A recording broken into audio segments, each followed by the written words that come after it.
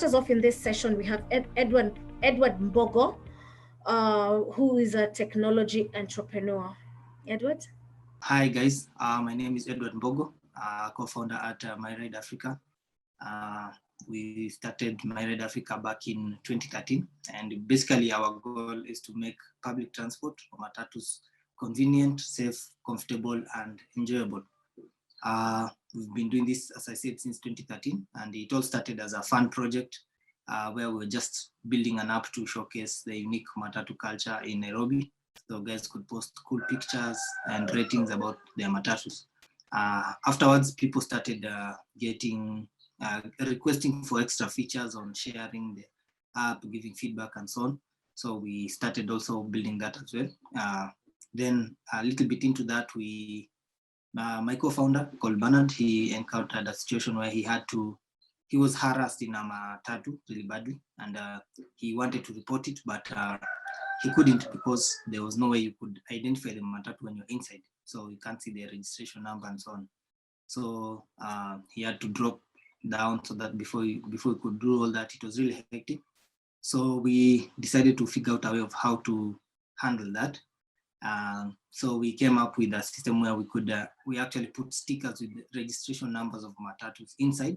So whenever you're inside a matatu, you can actually be able to know or identify the matatu you're in, and then we create the profile of that matatu inside the app, so you can actually even know which matatu you're in, and so on, and the crew, and even its previous ratings.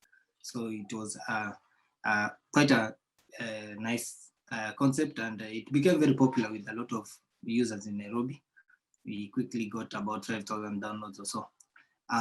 Then we now also it earned us awards. So we got a lot of awards locally, and even some we traveled international. Then we remember we were doing it for fun. So we never really looked at it as a business. So until we were told, yeah, we need to be sustainable and so on and so on. So we started thinking of a business model, and that is where we started encountering fails, because first of all, up to date, we've not come up with an ideal business model for the matatu industry for this, because it's really hectic or difficult to mold or to actually set up a business model for this. So we tried all sorts of things, subscription model, premium, all those sort of things, but they never really worked out. So we couldn't be sustainable, but we were winning awards and getting some grants. So that sort of kept us afloat, but we were also using our own money to just keep it running. Then we got to a point where we were run out of cash. So we decided like we were going to actually just stop doing this and do something else. But users were still there. They were still requesting for stuff. We were still getting calls to meetings to talk public transport innovations and stuff. So we really couldn't shut it down, but we were not making money from it. So that was our first main issue. So we couldn't really make it sustainable. So we were just like trying to do something. So first we encountered an opportunity, in quotes, where the authorities really wanted something to help them also govern the PSV sector. So we made a presentation of our concept, added some features that would work for the commuters, for the owners, and also for the SACCO, as well as the authorities. So we went, called for a meeting, met the board, did a nice presentation, and we were told, yeah, we will get called back and discuss how we will now proceed. So of course that never happened. After waiting for like about 6 months, we're just waiting, nothing's happening. Then 6 months later, we get tagged in a tweet by the same people we're presenting to about a service they have launched. And lo and behold, that service was exactly what we had presented to them, like copyright. So we just like, okay, there's not much we could do, but we were really taken aback by that, and we decided to yeah, just do our own stuff, because ideally they could not really implement it the way we had planned to do it. So they also failed in doing it as per what we had thought. But we had banked even our business model now on that, because we actually saw the regulations they had put and stuff. So we build our regulations, our business model around those regulations that if it had worked out, would have guaranteed us a nice flow of income consistently. Yeah, but it never worked out. One failure we noticed was we didn't really see the signs. I guess because right after the presentation we did, one of the officials came and started asking us he wants to buy us, so that we can work with us. But he was quoting some ridiculous figure which we refused. And then from there things went south. So probably that was one thing we were not so keen on. Maybe if we had known better, would have seen how to counter it, or maybe make it work out better. So that was our first main fail that made us feel like I think we are done with this. But yeah, users kept on asking for it. So yeah, so we won still a couple of awards back. That's 2014, 2015. Yeah, in 2016 as well. Then we got another call from a certain corporate that was putting up together innovations in transport. So we were put in a consortium with 3 other startups to build some super app or some super service of some sort that will enable, that will just make roads transport safe, and have all those innovations and all that. So we of course joined that, but with this one we had signed an NDA that we will work with them for a year. And yeah, things were going well. We went for nice meetings, we shared our ideas, did everything. And then, yeah, it never happened also, because we just kept going for meetings for 4 months, just going for meetings every month, a meeting. One person is not there, and so on and so on.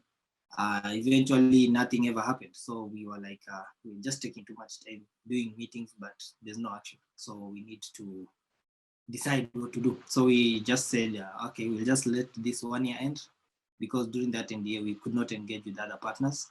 And that's the time we got other potential people who wanted to now partner with us and work with us, but we couldn't because of that NDA.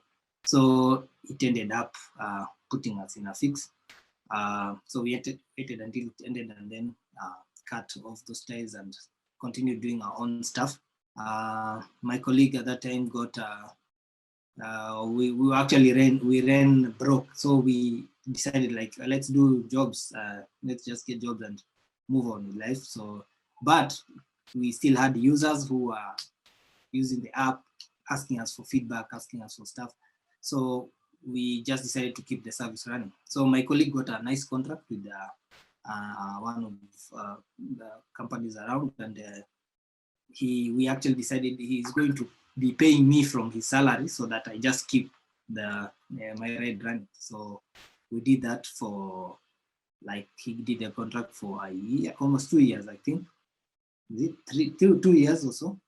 Yeah, and as you just kept the thing running, we also still won some more awards and got some partnerships here and there during now that period.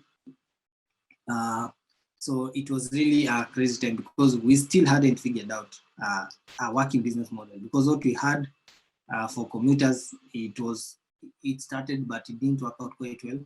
Another thing is we were solving a problem, and once the problem was solved, the guys did not see any use. So we fixed the problem, so now they can't pay us because we've already fixed what we wanted. So it can't be a consistent income. It was almost like a one-off. So we solved some feedback problems for one of the Matatu circles, and they really liked it. But now their problem was solved, so they couldn't continue paying us. So that's another thing which was a blow to us, but it was a good thing, because we actually saw we solved someone's problem. So it was cool. That consortium, actually, it was a whole year. Actually, we felt a whole year was wasted, because we never did what we could have done, and we never got the partners we could have gotten. So after that, yeah, that's when that happened. So we soldiered on and continued doing it. Then we got another call from some partners. We joined a certain tech incubation for transport startups, and it was actually a great experience. Learned a lot, met interesting people there, and once we were almost done, we got a contact from abroad. Some company wanted also to partner with us because they are doing something similar and they really liked how we were doing it. Uh, they are big with a lot of money, as we were just doing it, two of us with no cash, and we are actually doing like good stuff. So they invited us to meet them abroad. We went, had a whole week there interacting and meeting and all that, and decided that we are going to partner, work out something so that we see how to proceed. So we did that. We started preparing for, in about like 2 months, we had done a lot of paperwork and stuff. And then, yeah, last minute when we were just about to get started, that was, yeah, and about last 2019, actually, yeah. We got, like just the day before we were to start, it was a Friday, so we had to start on Monday. We got like, an email actually that we cannot do this. So, and they cited some reasons there, which didn't really seem reasonable for us, but that's how it went down. So we were like really invested into it, and we had put a lot of time and decided that, yeah, we're actually now going to focus on this full time, but that's not the case. So they shifted last minute. I think our main mistake there was also not maybe going all out and without really, I don't know, having a backup plan or seeing what potentially could come out if had it not worked out. So we had really not thought about that because everything was just going smoothly and we were just like, this is it. But that's not how it worked. So it was a fail on our side, and we felt that, yeah, this transport thing is hard, man. We need to do something else. Still, we have users. We had even started a new version of the app, and we had people requesting. So we have all these people who need this service. For commuters, the reason we were having it hard to charge commuters because people, they just need like different services from our app. So some are looking for routes, the easiest place to get this matatu, or I'm giving feedback for this, or I'm looking for ratings for a matatu, or I'm sharing this and so on. And looking at the matatu map and so on. So those are like things which we had decided ourselves from the word go that it will be a free service. Anyone who wants that can get it. But we had connected that matatu owners are using it, circles are using it, and other stakeholders. So those are the guys we are going to charge. And we had come up with nice models which were working kidogo, then they're not. So that was where the main issue is. So we were actually hunting now for a business lead or someone to actually just focus on the business side of things. And we got some people, got some ideas and stuff, but they really didn't cut out. Also at that time we were getting them, we had also run out of cash. So it was really hard to find to work with something. So it's been a great journey full of lessons, especially in the transport sector. We've met all sorts of people, all sorts of matatu owners and circles and matatu crew. And yeah, we love the matatu culture. That's why we are still doing it up to date because we are actually solving commuters' problems and owners' problems, and even the drivers and crew. They need to see best routes, they need feedback, they need all those sorts of things that need to improve our public transport in Nairobi. So that's what we've been doing as My Ride Africa. And as much as we've not really made money from it all this time, but it's still something that we're passionate to do because it personally touches and affects our lives every day, basically. So I can say that is part of our story, and we're still soldiering on. Thank you. Good afternoon, everybody. My name is Constant Cap. I'm an urban planner by profession. My day-to-day work involves being a product manager at Code for Africa in the the Sensors Africa project, which involves deploying of environmental sensors in different African cities. I'm also a co-director at Neapolitans, and I'm actively involved in many community projects. And we're here to talk about a failure. So I'll use I'll give a story about one of our community projects a few years back that I tried to undertake with a group of friends in Nairobi. And this was soon after finishing my postgraduate, where we did, for our urban studio, we did a study of informal markets in Nairobi.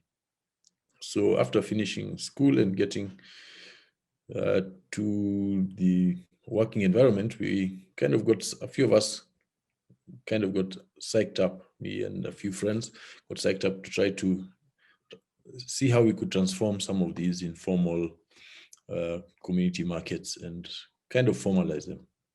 So we got a spot, a certain community that was kind of vulnerable but very visible, and our goal was to see how we could merge a public space initiative with that particular community, and in that way kind of formalize the informal small scale trade that was going on there. And yeah, we started engaging them and had all sorts of discussions with them. We knew that if this worked, we could get a lot of visibility, and it could have what we call a domino effect on the rest of the city as regards informal trade and small scale businesses that happen in the city. So we started to engage them, and we held discussions with them on an almost weekly basis. We got to understand this particular community. We got to understand their history, where they've come from, how long they've been at that particular site, how they organize themselves internally. We got to have an understanding from them on how they engage the public authorities and how the usual battles and they have with public authorities. And as a result of that, we were able to start putting ideas and concepts together and kind of proposals. We even held a common workshop with them where ideas were shared and developed and shared, things around what we call spatial contestation, contesting of space between the formal and informal, the place of informality, and the role of planning in all of this. But we made two critical errors, okay? And this is where the failure kind of came in. First thing we did is we did not involve the public authorities from the start. So we kind of, just dived into the deep end and started engaging communities and started, having all these dreams about how we can transform and upscale this particular group. The second mistake we made error we made was we gave the local community a lot more hope than what we would eventually get to do. So we kind of ended up over-promising to the community. And then one day, and this was the big shock, one day we just woke up and found out that the public authorities had demolished everything that particular community had and confiscated their goods and cleared them and banned them from that particular place. And of course, as you can imagine, they came to us, looking for hope. And we realized, that we had dived into the deep end, without really understanding how to tread or how to swim. And, we kind of had to juggle our way out of that particular space. And we learned some very important lessons. I mean, the first thing is, it's, whether we like it or not, from a planning perspective, we have to have a proper understanding and review of laws and policies before engaging in projects, okay, and also plans that the public sector has. The second lesson was, okay, always engage with the public sector throughout, because when you get into these such projects, it's not an academic exercise anymore. In an academic exercise, you can unfortunately at times you can theorize a lot, okay, and you imagine many things, but when you're actually trying to transform a community, you can't you have to be very clear on what the public sector, what the government, the local government has in mind.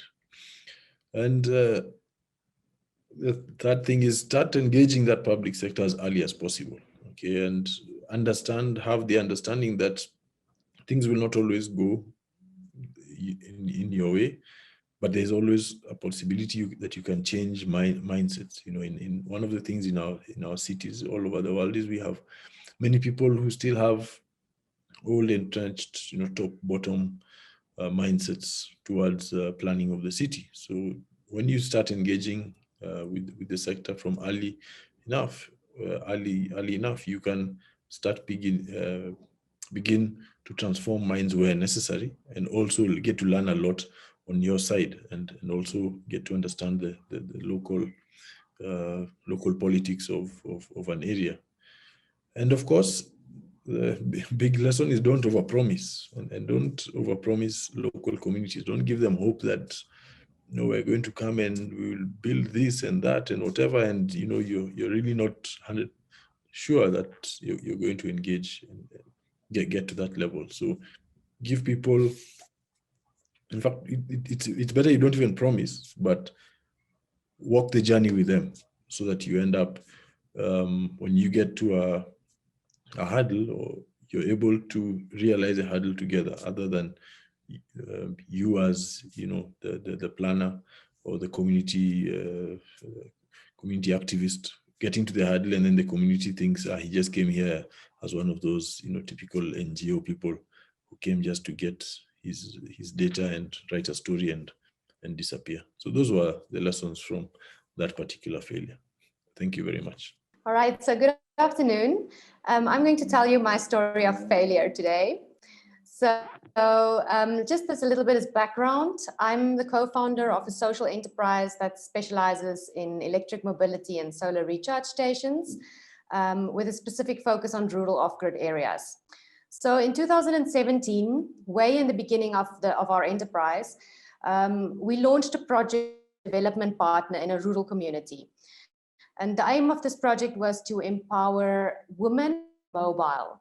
So it targeted women that were currently training to be kindergarten teachers and were walking often very far, very long distances to get to their training center, but also to their school, the practical work. So we really spent a lot of time and energy of trying to get this. We had to pull in many different resources, partners. And when we finally got the funding, we were super excited. It was going to be our first big project after struggling for about 1.5 years to get our enterprise going, to convince people to use e-mobility, because it was an entirely new concept at that point in time in my country. So we were good to go, and we were so excited that this is now going to change the lives of so many people. So we started with a 2-day training workshop. We taught the women how to fix their own bicycles, how to cycle, how to fix punctures, maintain, charge them with solar power, all of the basics that we thought forms part of the package and makes it really easy for everyone to understand the concept. But then, unfortunately, we had to return to our city where we are based. The Women Project was about 700 kilometers away in the northern region of my country. And 6 months later, we had to hand in our first monitoring and evaluation report. So I got in touch with the project leader there. We've been in contact throughout these 6 months, but this was now to get proper information to do a report. So when I got in touch and I asked this lady to please give me some feedback, hand in the proper report of what's been happening in the last 6 months, she just went quiet. So I couldn't get a hold of her. And this went on for a couple of weeks until finally she came out with, she spilled the beans, as we call it. And she just told me, no, this project was a complete failure. It didn't work. The women didn't want to use the bicycles at all. They complained about things like their hairdos and the helmets destroying their hairdo, and also about it not being culturally acceptable for women to cycle. So all in all, we just realized that we were way too excited about something that we knew too little about. So this project was really important to me, first of all, because it was our first big project, and secondly, because it was very close to my heart. It was about empowering women. It's about using electric mobility, which is what my enterprise specializes in. So it was really a big disappointment, as you can imagine, to find out that these bikes were not being used, first of all, and secondly, we were not being told that the project was a failure until such point that what we had to hand in a report. So yes, it was a great disappointment, as you can imagine, and it also really made me question the sector I was in. It made me question whether it actually made any sense to continue with this business, and whether electric mobility is really something that people in Africa need. So it took me a step back in terms of the business I was in, and whether that was really such a good thing as I thought it was. But I mean, it's also, we learn from our mistakes, and that's one of the reasons that we are all here today, is to learn from other people's mistakes. And for me, it was a good learning curve, because also from this project onwards, and I can also say that with a smile on my face today, we only improved our business and our services, because we also realized from this example that it's so important to do research with the people on the ground. So we dealt mostly with the people in the offices in the big city, and obviously they would say yes and think that this project is going to change everyone's lives. But what is important is really to go back to the people that will actually be using your bicycles, or I mean, in our case, it's bicycles, it could be anything else. It just comes down to the fact to do your research with the user, with the end user. Not only general broad market research, which obviously helps to create a bigger picture, but what is really important is to go down into the nitty-gritty and find out from the person that you expect to use your product, whether the person actually is comfortable using the product, first of all, and secondly, wants to use it. Because what we learned from this is that it was culturally not acceptable for a woman to cycle. So it wasn't just about giving bicycles and hoping that they would be used. It was actually about a cultural mindset, a behavior change that needed to happen at a much deeper level than just training somebody to use and maintain a bicycle. So this is what we took away from this big failure of ours. And yes, as I mentioned, I think it's also good to have failures in life, because that's how we learn. And this is what I've learned from this failure of mine. Thank you so much, Marita, Constant, and Edward, for a very, very informative session on FailFest. And I can see that Edward Mbogo is online with us. I can also see Marita is with us. So I'll have a few questions directed your way, just to give a clear understanding of the way forward after failure. Edward, can you hear me? Edward? Hi, yes, I can hear you. Oh, yes. Good afternoon. Yeah, good afternoon. Yes. Our first questions I would want to ask is, would you work with the government again? Eventually, yes. If things are in place, like somehow I can say in the transport industry, you almost don't have a choice. You have to work with the government at some point. So that is something that I cannot say yes or no to, but it will definitely happen. And the thing is just to, as long as things are in line and they are going to implement and you're going to actually do what you are meant to do, we are actually ready for that. Mm-hmm. Second question, is there a skill that you acquired after, or a skill that you improved on after, to make it easier for you in the future? Well, I've learned, first of all, to do a lot of research beforehand and do some due diligence on a lot of things before jumping into any deal, quote unquote, because some of those small things are what actually really show whether it's going to happen or not. So I've become a little bit more careful with some of these things than I was. And yeah, also the experience of just knowing that, yeah, you're dealing with people. So things can change anytime. You need to have some shock absorbers. You just know like things can change and there's nothing you can do about it. So you just need to know how to cope with that as well. So Okay, it's just growing a thick skin, I think. Okay, thank you very much. Marita, can you hear me? Yes, I hear you. Hi. Hey, hello. Thank you so much for joining us. I'd like to ask, in such situation where you're dealing with the public and the community out there, how do you manage their expectations?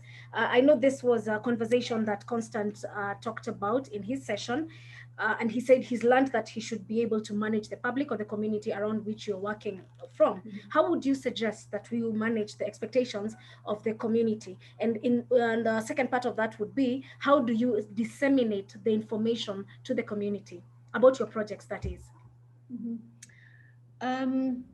Yeah, so I mean, I agree with Constance, but yes, I think it's really crucial, first of all, to start with, as I mentioned in my presentation, to start with research. So to really understand the needs of the community that you're working in. I think that's the ultimate starting point. And then disseminating this information is, I think what's really important, what we learned out of this, is to create some kind of a manual and a working manual that can constantly be updated, but a manual that you can hand over to someone so that they can actually sit down in their own time and in their own space to work through this information and to understand it in a way that it makes sense to them. Maybe also discussing it in groups and having a little bit of a question or answer session. So I think interactivity is really crucial here, but also providing something physical that somebody can take home and really take their own time to disseminate the information. Thank you very much. Edward, allow me to ask you this question, although it was talked about by Constant, that he said, Edward, can you hear me? Yeah, I can hear you. Yes, he said that you need to understand the laws in place, and especially when it comes to, in particular, the public transport sector. Now, my question to you then is, do you go to school for this? Or how else do you learn about these laws? And is this information, if you don't have to go to school, is this information available very easily? Well, I don't think you go to school to learn this. The only school you learn this is out there, on the ground. That's what they say. You have to learn it like on the ground, and the regulations are there, but some of them you have to actually find them. They might be out, but you just need to go and do research and go to their offices and bug them a bit for information that you really want. So I don't think there's any school that teaches that. You just have to learn it somehow the hard way. But for those who've gone through it, probably it's just maybe seeing how such things can be documented for maybe to make it easier for those coming afterwards. Okay. Second question before I hand it over to Marita. Would you advise one to either save up fast so that you are able to get all the money that you want for your project, or do you advise them to start now and now? I'll advise them to start now with whatever they have, because the money will never be enough. You'll say you need $10,000, then in 2 months you realize you actually need 50,000 and so on. So if you only have $100 now, just start with that. Just create that logo, register that business name, create that website, start talking to people, start getting usage and growing traction with what you have. The money will catch up with you eventually if you don't give up, that is. Yeah, and just keep doing it. Just do it with whatever you have. Start now. That's all I'll say. Start now. Marita, I want to ask the same question. Do you advise that you save up fast, get all the money, or do you start now, as Edward says? I absolutely agree with Edward. Start with what you have. I mean, you might be able, you might wait forever if you need to get funding. And it's really hard to get funding. I don't know about other countries in Africa, but definitely here, we've really struggled. We've been bootstrapped since the beginning, and every cent we made, we plowed back into the business. And that's got us to where we are today. Without these kinds of loose cents that we based our business on, we wouldn't have gotten to where we are now. So no, definitely, I think start with what you have and slowly build up connections, partners. Try to also work with different entities, institutions, public and private sector. Maybe you don't have the money as an individual, but there might be institutions around that's willing to support these initiatives. And the only way that you can make that happen is by starting some kind of a concept. So as they call it, the proof of concept. And for that, you need to do something. And if you wait for money, you might never be able to do that. Thank you very much, Marita and Edward. I'd like to give you one last opportunity to give us your parting shots. I'll start with Edward. Do you have anything extra to add in this session of FailFest? Yeah, well, I'll just say fail fast. I think I just read it from someone. Fail fast and fail forward. I think it's Will Smith to say that. Yeah, just do it and fail and learn from the failure and do it again. Many people I know a lot of startups that have failed just on something small and they've given up. And yet, if they would have just put their best foot forward and gotten back up, they would be maybe in a better position now. So failure is part of the growth. You have to fail for you to grow. So don't fear failing. Yeah. In fact, the better the failure, I don't know whether it's the worse the failure, the better it is. But yeah, enjoy your failure. Enjoy when you fail. It makes you a better person. I think that's all I'll say for the startups and even as an individual. Yes. Marita, do you have any parting shots? Yes, I mean, Edward is an unfair advantage here because he already got the opportunity to say everything I wanted to say. But maybe just adding on to that, my motto in life is if you keep on doing what you always did, you'll keep on getting what you always got. And I think the idea of failure fits in really nicely there. I mean, we learn from our mistakes. That's really the only way we learn. And it's really important to be open to failure and not see it as something that puts you a step back. It actually is something that puts you a step forward because you gain something valuable out of such a failing experience. And I also think it's fantastic that we have an opportunity to share our failures because ultimately it also allows an opportunity for other people to learn from our mistakes. So that you don't have to bump your own head maybe, but you learn from someone else's bumping of the head. Thank you very much for joining us on that, joining us live. That is Edward and Marita, but also we'd like to thank Constant Cup. Allow me to reintroduce this panelists rather that joined us on FailFest. We had Constant Cup, who's an urban planner, Edward Bogo, who is a technology entrepreneur, and Marita Wather, electric mobility entrepreneur. Quite insightful session that we've had here, and we'd like to thank you so much for staying on and answering the questions that we had. I want to reread what FailFest is for those of us who joined us a little bit later, and those in our inbox saying that to give them a better understanding of what FailFest is. So I want to just read what I read earlier, which is I picked directly from FailFest website, and it says, FailFest in simple terms is a celebration of failure. FailFest was founded based on the idea that innovation and success are possible because of our failures. When we fail, if we have the courage and the strength to dust ourselves off and give it another go, we open the door to possibilities.